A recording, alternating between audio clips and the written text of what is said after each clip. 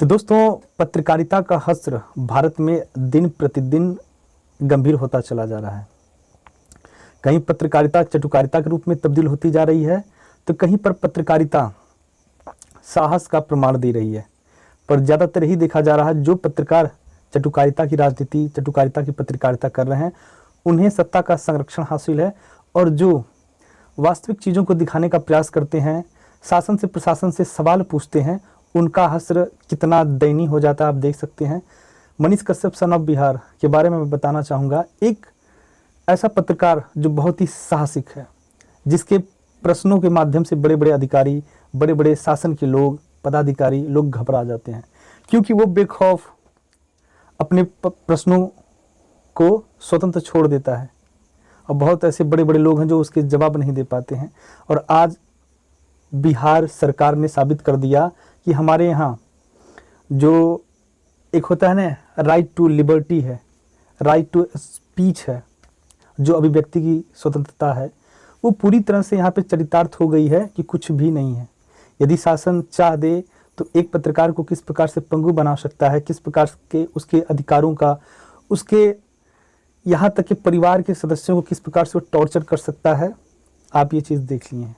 जब तक वो पत्रकार बिहार सरकार के बारे में सही सही बातें करता था, तब तक वो सन ऑफ बिहार बनकर घूम रहा था।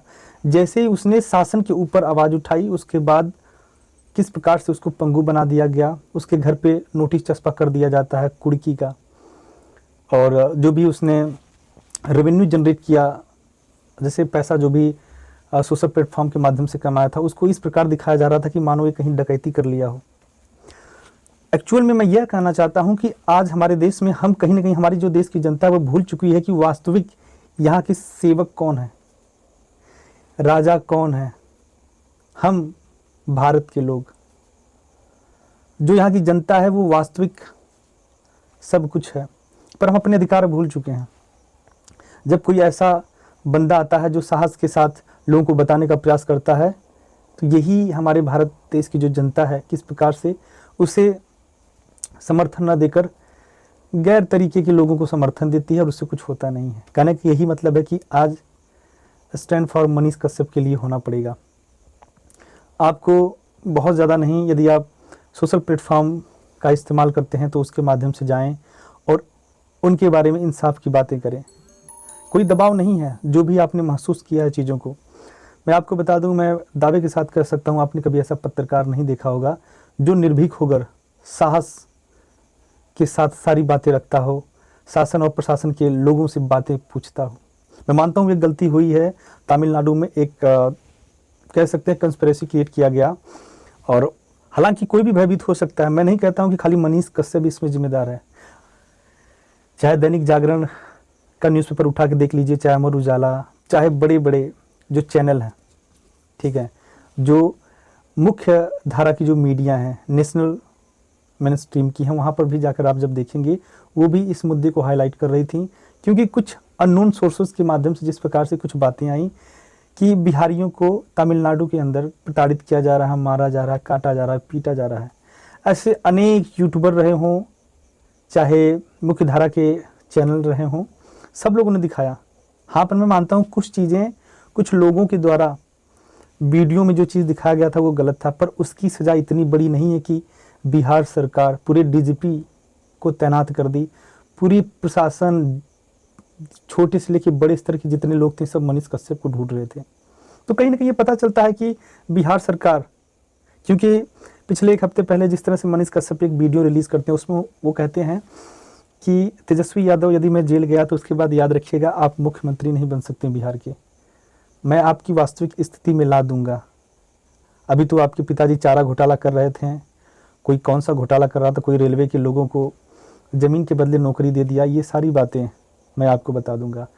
तो आप कह सकते हैं कहीं ना कहीं जो तेजस्वी यादव हैं, उनका व्यक्तिगत मन, व्यक्तिगत मोह इनसे भंग हो गया। उसके बाद इन्होंने अपना पूरा जो है पावर था, सामर्थ्य थी, पूरा दिखा दिया कि अब हम तुमको गिरफ्तार करके ही दम लेंगे। तो बता दें आपको, आज हमारे देश में स्थिति बड़ी दयनीय है, विकराल है। यदि यही स्थिति रही तो दोस्तों, सच दिखाने के लिए कोई भी आगे नहीं आएगा। क्या उसने अपने परिवार के लोगों के लिए लड़ा? नहीं। वो हमारे जनमानस के लिए लड़ा। कहीं पे रोड खराब है तो वहाँ बेचारा जाके एकदम धरातल पर जाकर उसने उस कमियों को दिखाया कि देखिए हमारे देश के इंजीनियर इतना तनख्वाह लेते हैं, हमारे देश के ठेकेदार इतना पैसा लेने के बाद भी वास्तविक क्या देते हैं, किस प्रकार से हमें बेवकूफ़ बनाया जाता है। चाहे विद्यालय की बात हो, चाहे ठेकेदार की बात हो, चाहे प्रशासनिक अधिकारियों की बात हो, चाहे न्यायिक सेवा में कार्यरत अधिकारियों की बात हो, चाहे MP हो, MLA हो, कोई भी हो, वो जिस तत्परता से, जिस साहस से मुद्दे उठाता था, वाकई वो लोकप्रिय था और है और रहेगा। आज आवश्यकता है कि ऐसे व्यक्ति का समाज से मोहभंग नहीं होना चाहिए। ऐसा व्यक्ति ही समाज को आईना दिखाता। मैं तो मानता हूँ बिहार में और कुछ जगहों पे ये बंदा अकेले ही विपक्ष का काम करता था, और ऐसे इंसान को आज आवश्यकता है हम लोगों की।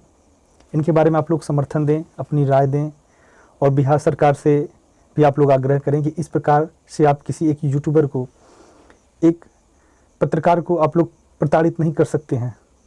और आवश्यकता हो तो आप देश के प्रधानमंत्री, देश के राष्ट्रपति को भी ज्ञापन सौंपें, पत्र लिखें कि इस प्रकार का पत्रकार हमारे देश से गायब नहीं होना चाहिए। और आज के लिए इतना ही। नमस्कार।